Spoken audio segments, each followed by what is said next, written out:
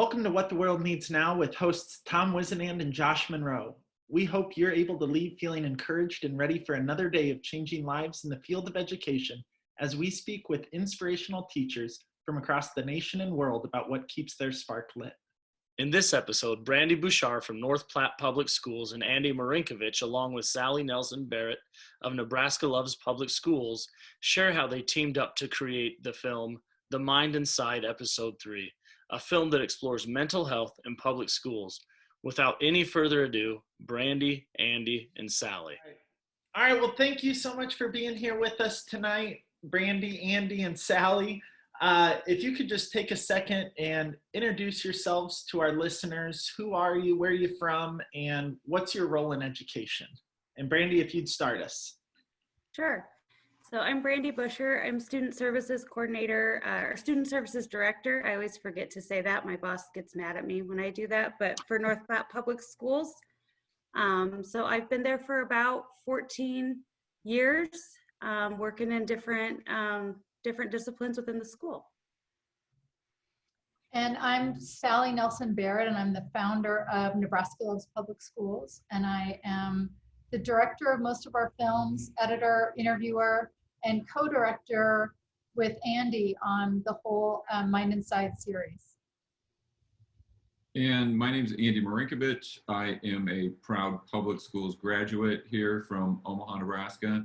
And I am the director of photography. And like Sally said, I've had the honor to co-direct with her and sit through, watch hours of footage, and watch Sally put it all together in an edit. I've been a part of Nebraska Loves Public Schools since the beginning, which has been 2010 is when that all started. And we're still going strong, hoping to make lots more films with impact in our community and beyond. Awesome. Wow. And where'd you go to school in Omaha? I'm an Omaha North guy, VUp. It's been a few years ago, but it gets further away. Yeah, every year, one more. Are you guys both Omaha natives? I am. I went to Millard South. I graduated with Brittany, actually. Oh, you did? Okay, gotcha. I'm not. I'm in outstate Nebraska. I grew up in Norfolk, Nebraska. I went to Norfolk High there, and that's my connection to Northeast Nebraska. And it's really amazing to be teaching in Millard, in the big city of Omaha, which is small in comparison to other cities. But when you look at Nebraska, it's the biggest city, and Norfolk was a good place to grow up. But it was amazing watching this film. The Mind Inside, the third installment, and to see the battles and the needs of public schools in North Platte, and then think back to my own public school education in Norfolk and think, my gosh, there's some major needs in outstate Nebraska that sometimes public schools aren't necessarily supported in. And so, Brandy, if you wouldn't mind telling us a little bit about some of the struggles that North Platte kind of went through in this film, and share with us what can teachers do, what can the public do to better support public schools and the needs that students have.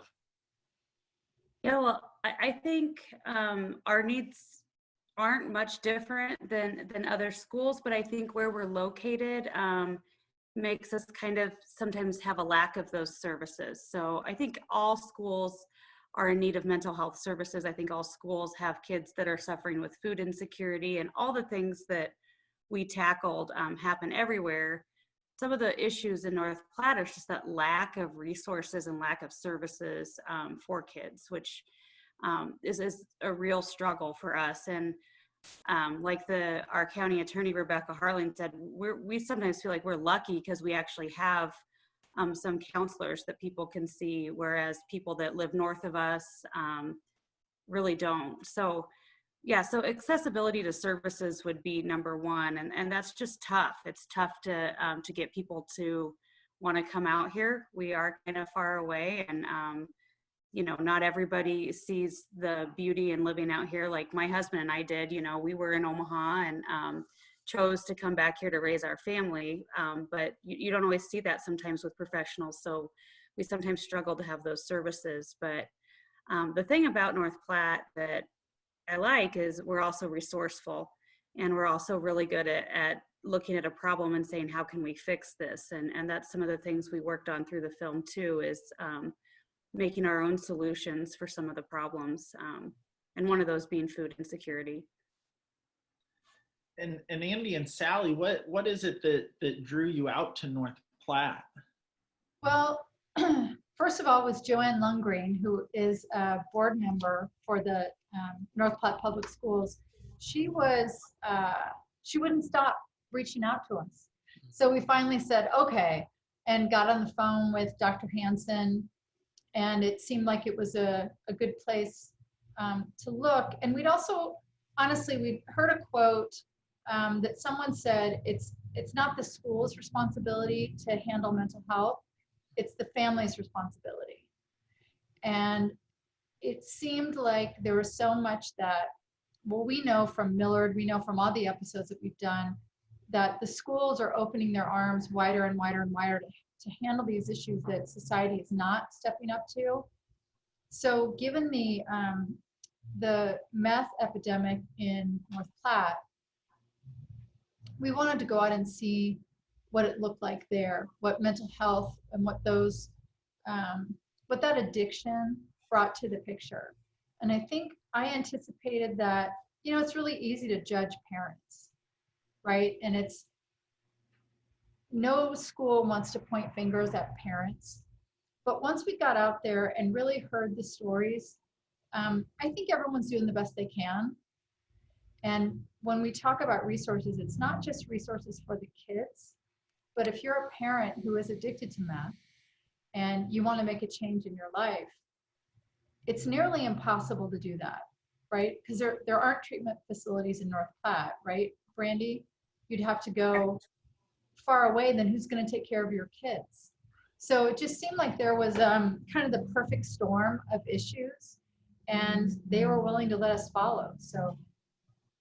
And guys, if I can jump in, I think it was, you know, on our first day out, Sally has brought this up in the past, that we popped in not really knowing what we were going to get out of this story. We had some ideas of situationally what was happening, but then we got in and it was Brandy and Officer Johnson, and they were going through their day, and it was, hey, you know, keep up.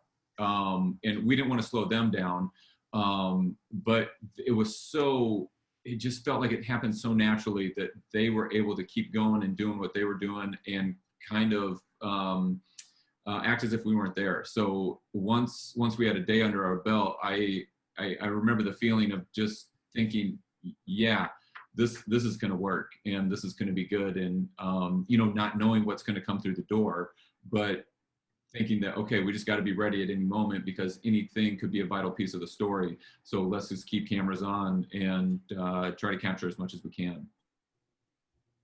I'm really curious. I watched with you all on the live premiere yesterday, and what really struck me was the heaviness of this on Brandy and Officer Johnson, the heaviness of this on the parents that were involved, the grandparents that were involved, the community. So I'm really interested in Brandy, how do you deal with the heaviness of this? And then Sally and Andy, you as well. I mean, watching this and editing this and hearing the stories and living it, how do you balance the healthy mental aspect of it that we all need and the reality of what we're dealing with as a society? Well, I think for me, I mean, there's a couple things. One is I'm really good friends with some amazing therapists who are just lucky enough to give me a call and say, hey, let's go have lunch, or hey, let's go out after work. So I think having a strong team around you of people that care about you and love you and maybe start to see even when you don't that you're slipping or you're having a hard time. So I think that's always important. But also I think, and I'll speak on behalf of Officer Johnson, what you don't always see in the film and what you don't see other people don't see is it is rewarding. It is rewarding work. It's heavy work, but you can impact change in people's lives that is huge. It's beyond a small thing, and that's what keeps me going. And even today I was at an elementary school and I ran into a little girl. She's in 5th grade now, but in 1st grade, Officer Johnson and I had gone and done a home visit and had concerns and kind of had to continue to push. We knew there was methamphetamine use. We knew this little girl's needs weren't being met, and kind of had a big battle with Health and Human Services over this little girl and the environment she was in. And ultimately, she got out of that environment, and I saw her today, and it's been about 4 years now, and she ran up to me and gave me a hug and said, I'm getting adopted. I'm getting adopted. And she was so happy and she was so healthy. And I thought back to when I saw her when I went into her home in 1st grade, and she was still in a diaper. And the situation I saw in her home and where she's at now, and that's rewarding, and that'll keep you going forever. You can handle all that heavy stuff, but when you see that maybe you just got one kid out of a really tough spot, like for me and Jay, that's it. Sally or Andy, how do you balance the heavy lifting that you all do? Well, for me, it's having Andy, number one, because he was there and he knows how tough it is. Then talking to Brandy and Jay, mostly Brandy, and that day she's probably got 10 more situations just like what we filmed. And she's being brave and she can handle it. So, I figure that I can too. And then I have to say, Tom, the way you started it by saying that you cried or that you had a box of tissue. I did. If I think one person watches this film and thinks, oh my God, I had no idea, then I feel like it's worth it. It's worth any sadness or pain that I have to try to help people better understand what's happening. And I think that that's what I enjoy the most, is that you're bringing to light situations that teachers and counselors and all these people in education are facing every day, and you're opening it up to the public to understand some of the struggles that we go through, that our students and their families and our community are going through. And I think it's really shining a spotlight on some big, heavy, important topics for us. Brandy, there was one part, I got to know this, and I know you touched on it, but there's one part where it goes to you at your house and your husband's helping do the dishes and cook dinner. I guess my question to you is, and I know you touched on this, but after going through days and days and days like this, how do you find the inspiration? And I know it's your family, but how do you keep a positive outlook when you get home with your kids? Well, I think, sometimes I don't, the reality is sometimes I come home and I'm like, I just want to go to bed. And that happens, and I think that's important for people to know that, like, that's okay to come home and not be okay. But ultimately, I think there's something about seeing the worst and then coming home and being appreciative of having it better than that. So that's how I do it. I think to myself, maybe when the kids are fighting or when there's a lot to do and I'm spent, like I still have to remind myself that I'm blessed that, we live in the house we live in, and my kids are, like I said the other day, our biggest concern was if we had a white shirt for my son's speech meet, and I can handle that. So I think maybe having this job makes you appreciative of what you have, and maybe makes some of the things that other people see as heavy not so heavy and not such a big deal. I'm just curious about Nebraska loves public schools. Obviously, you're huge supporters of what public school teachers do every day. I'm curious, I don't know much about it other than they have a sweet collection of merchandise and gear and t-shirts that you see all over the place. And it's like riding a Harley. When you see somebody with a Nebraska I Heart Public Schools t-shirt, you kind of give them a little wave because you know they're a teacher, they love teaching, or they love school. So what was the impetus? Where did Nebraska Loves Public Schools come from and start? So in 2010, the Sherwood Foundation approached us, and I don't know if you remember that time in the world, but it seemed like the cover of many editions of the New York Times said our public schools are failing, and there was all this stuff about No Child Left Behind, and it was just a really negative narrative about public schools. And the Sherwood Foundation came to us and said, we don't think that's true in Nebraska, but we don't know how to prove that. So we made a proposal to them, and Andy and his team were so great with still photography and motion. And given my background as a creative director, I believe in showing and not telling. So together we just hopped in the car and started going across the state and trying to find those happy stories. No one knew who we were. I mean, it was like pulling teeth the first couple of years. But after our first trip across Nebraska, we started in Scottsbluff, then we went to Hastings. And what I saw was great school buildings, great teachers, families, students. What I saw was poverty. And I saw the huge impact that poverty was having on a teacher's ability to teach, a kid's ability to stay on task in class. And that's when we kind of birthed the idea of, in addition to the happy stories, how might we educate our fellow citizens about what's really happening so that we can hopefully create some change.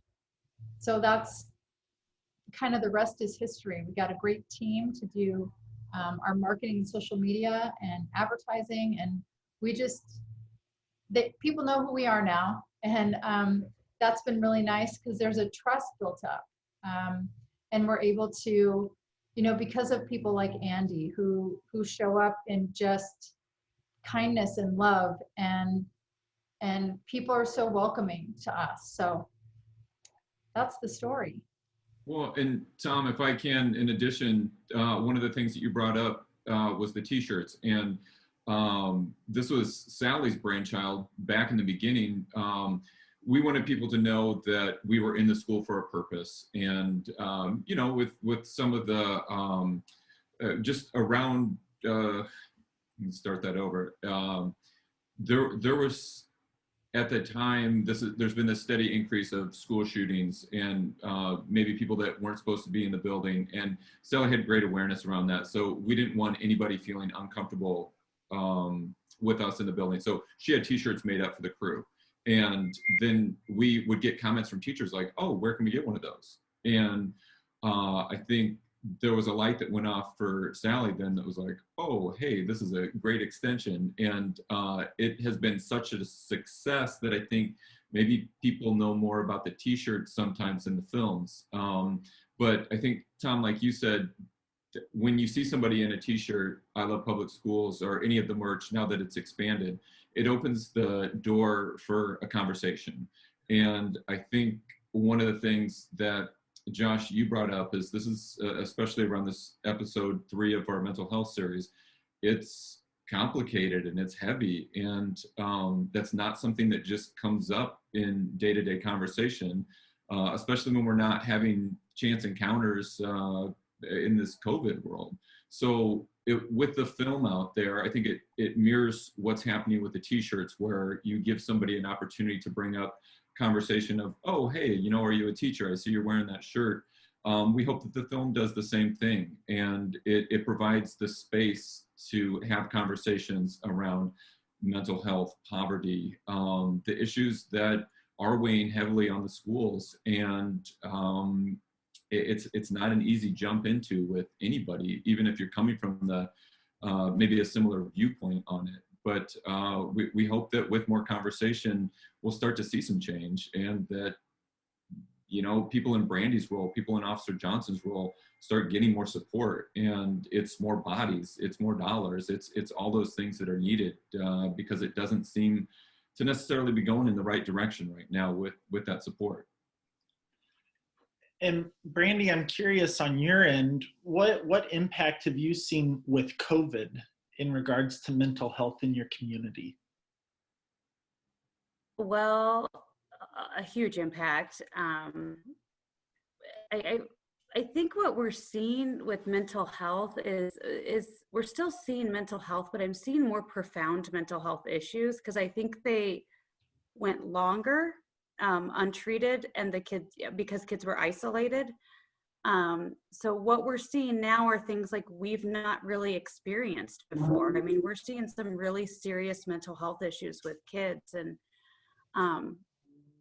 it's really catching all of us off guard. A lot of suicidal stuff, and kids that seem like their mental health, I guess, seems like it went very quickly. So in the past, you know, we might have a kid who kind of is struggling, so we refer to some counseling and some things like that. And now it's like they go from struggling to full blown, you know, I'm suicidal and some things like that, that I guess it's just been a little bit more intense for us. So we're seeing it harder to get access to services. And some of our counselors, like most of them are good about coming into schools, but there's some that still aren't quite really thrilled about coming into a school. Kids are not loving telehealth. They just don't like it. Our mentors aren't able to come in right now. That's hard on kids. So I think just a lot of the support systems kids had in the schools just aren't there right now. So we're definitely paying for that. One thing that I saw time and time again in this video, the movie, the show, was the courage of people and the strength of people. And Brandy, the strength that you have to go and serve and take care of the students and the grandparents and the parents and their needs, and was really, really outstanding. And then Sally and Andy, the way that you all really captured the strength of Brandy and the other educators is just really, really something I've never seen before. But what do you think we can offer to educators who may be struggling, to educators who may be feeling the heaviness of caring for others? How do we inspire them? What can we say or do for them? Well, I would say speak up. I hope that in watching the film, I hope one of the things that came through is we're not afraid to say if something's not okay. And I think for teachers, you know, for as hard as this for me, teachers have it 1,000,000 times harder. They're working with these kids every day, day in, day out. They see every little thing that's happening. They see when they show up at 8 o'clock in crisis, crying. I mean, they're living through it. And their connection and their bond is so great. But I just encourage people to not be afraid to say something. If they feel like a kid's not okay, speak up and not be afraid. I guess, you know, maybe you don't have a position like mine in the school, but go knock on a door, you know. I mean, and I know that teachers do a lot, and I know it's asking one more thing, but if you're really worried and you can't get this parent to come, go to the parent and see what's up. And I think, you know, one of two things is going to happen. One is you're going to see it from a totally different perspective that's going to change your view on why this kid is behaving this way. Or two, you're going to see a family who's in crisis, and you're going to be in a place where maybe you can at least get to someone to offer some resources. So I would say, you know, again, if just don't be afraid to say something, and don't be afraid to ask for help. And I think even though you might not have my position, I know there's a lot of people in school districts that will help teachers, and I know they have it tough, and I know it's not an easy job for sure. We recently did a screening with a graduate school class, and there was a teacher who said something that just took my breath away. She said, first year teacher, she said, I'm in there and my kids are going through stuff and I feel it. And I don't know if I'm just supposed to hold space for them and sit with them, or like if I should go tell somebody, if I need to go talk to someone, like what's that boundary? And I think you just said it, Brandy, but for her to admit that she doesn't know, I think what you just said is really encouraging, to tell people, if you don't know, just go ask, go knock on a door. Because what we saw with you, so many times someone's name would come up, and between you and Officer Johnson, you were saying, oh, I know that person, or I knew that person's mom, or I had that kid when they were in school. And you have this rich background that could help teachers to get a little bit different perspective. I love that, because we've talked quite a bit, Tom and I, about the importance of leaning on others and not living in a bubble as a teacher, but having those conversations. And they're not always easy ones, but having those conversations with one another to grow and do what's best for kids. Well, and I think the other thing that gets demonstrated in this film is that there are times when there's no right answer. And we saw this when Officer Johnson and Brandy were dealing with a student that showed up and was under the influence, had either taken some medication from another family member or had some alcohol issues in the past. And what the student needed wasn't available. And this comes out in the film that, you know, there really isn't a way to solve it. But what I appreciated about Brandy and Officer Johnson was they always took steps to make sure that that student was safe, taken care of, or that the family had some sort of resources or next steps available. And they problem solve. They problem solve all the time. And I think that's a thing that kept showing itself again and again, was that Officer Johnson and Brandy just together, like super problem solvers, could figure it out and work with the team, the network that they had there, and they were good at it. Andy, that moment of the movie that you're talking about, that's one that got me crying, because Officer Johnson came through as the most caring, loving, compassionate individual and that's what that student needed at that moment. You know, he could get punitive. He says, I can get punitive, I could arrest this individual, but that's not what this individual needs. And Brandy, you're the same way.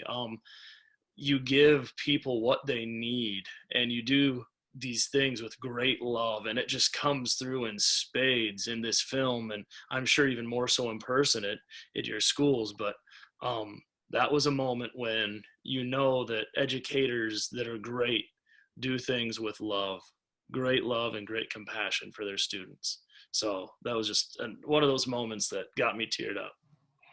Yeah, that moment got me too, because that Jay's little nervous laugh there when Sally says, this kid's suffering and there's nothing we can do. And he says, yeah. And he kind of, I know him well enough to know that laugh was a sad laugh. And seeing that on film, it struck me too, because I think you see him just kind of hit that realization of the best thing I can do to help this kid is not give him a citation, which feels really helpless. I thought that was really powerful too for people outside of education, because sometimes there's this persona that teachers want to suspend kids, or we want to do this to kids. And that was a police officer in that moment saying, that's not what this child needs. And so it really gave the public the opportunity to see that we do just want what's best for kids. So yeah, Tom, and Jay catches heat sometimes, you know. I think that's the thing about it, is there are people that think like, well, this kid needs a ticket, you need to hold him accountable, he needs to go to court. And so sometimes he catches heat for being the guy that you know, won't do that, but he does a great job of you know, he's going to do what's right for the kid, and everyone else be damned, you know, if they don't like that decision. That's just kind of how it is. And that's why I know we can always trust him in situations and dealing with kids, because that's always going to be the first line of defense, is what's right for this kid, what's right for this family, and the rest of it's secondary. There was another part in the episode where Officer Johnson, I hope I get this right, he's talking to a student who I believe was cutting herself, and he says something along the lines of, those feelings are okay, we just need to learn how to handle them, or it was something along those lines. And I'm curious if you have, Brandy, any advice for Tom and I, because we work in elementary. How can we start helping, in your opinion, helping kids to understand those emotions, to regulate those emotions at a young age, so that when they get to you, they have healthy coping mechanisms? Yeah, well, I think maybe destigmatizing it a little bit, right? So letting kids know that I think kids would be surprised at how many other kids are going through those same things. So letting them know they're not alone. And one of the things I always, Officer Johnson and I train all of our new teachers on kind of how to respond to those things. And something I think that's really important, and Sally said it too, is just be in that space with them. Just let them talk. And the best thing you can say to a kid who's struggling is, I believe you and I'm going to get you help. You know, that's really the best thing you can say. And I truly believe kids know that as a school, we have to respond. They're not stupid. So I tell teachers all the time, if a kid's telling you something they're going through, their expectation is you're going to tell someone who can help them. They're expecting that. So, you know, teachers talk a lot about, well, I don't want to violate their trust. They're trusting you to help. And I think that's really important when a kid comes to you with any type of mental health crisis, is they're trusting you to help. And it doesn't mean you have to fix it. But like we went back to, it means you have to find someone who can help, or make that hard phone call to a parent and say, I'm really worried about your kid. And here's what I think, you know, needs to happen. I think they need to talk to somebody. How can we help you get that set up? I think that's, you know, again, I've never had a kid come and share something with me, even in a moment where they do get mad, right? Because I've had that happen before, where a female student shared some things, and I told her at the end, you know, I have to report this, and she got really upset. But after the fact, when it was all said and done, you know, she came back and was like, thank you, I needed to get out of that situation. So again, I think if they're telling you that their expectation is that you're going to have to tell someone else. Well, at the end of every episode, we ask what the world needs now. The song puts it, the world needs love, sweet love. There were mountains to climb, there's rivers to cross. But given what you all do, Andy and Sally and Brandy, what is it that the world needs now? I'm excited for this, Tom, because we're going to get three answers in one episode. That's right. I think what the world needs now is more Brandy and Jay, more humanity, selfless humanity and empathy. I'm really bad at one word. So more Brandy and Jay. I like that. You took mine, Sally. Great minds. I want to say, you brought up a good point of talking about giving kids these tools to help express themselves. And what gets me excited is when my kids, I've got a couple kids in lower elementary school, and they come home talking about SEL all the time. And for those that aren't familiar, social emotional learning, I wish we would have had social emotional learning in school. You know, regardless of the age, that just didn't happen. And I think this is one of those things where if you can start planting some of those seeds with the kids, not only do they carry it through and share it with their siblings and friends, but I think there's a little reverse engineering that can happen, and they can actually teach parents and older generations as they become better at expressing themselves. They can help us get better as well. So I hope that along with more Brandys and Jays in the world, we can continue to just create that safe space to be vulnerable and share what's really going on and not pack it away.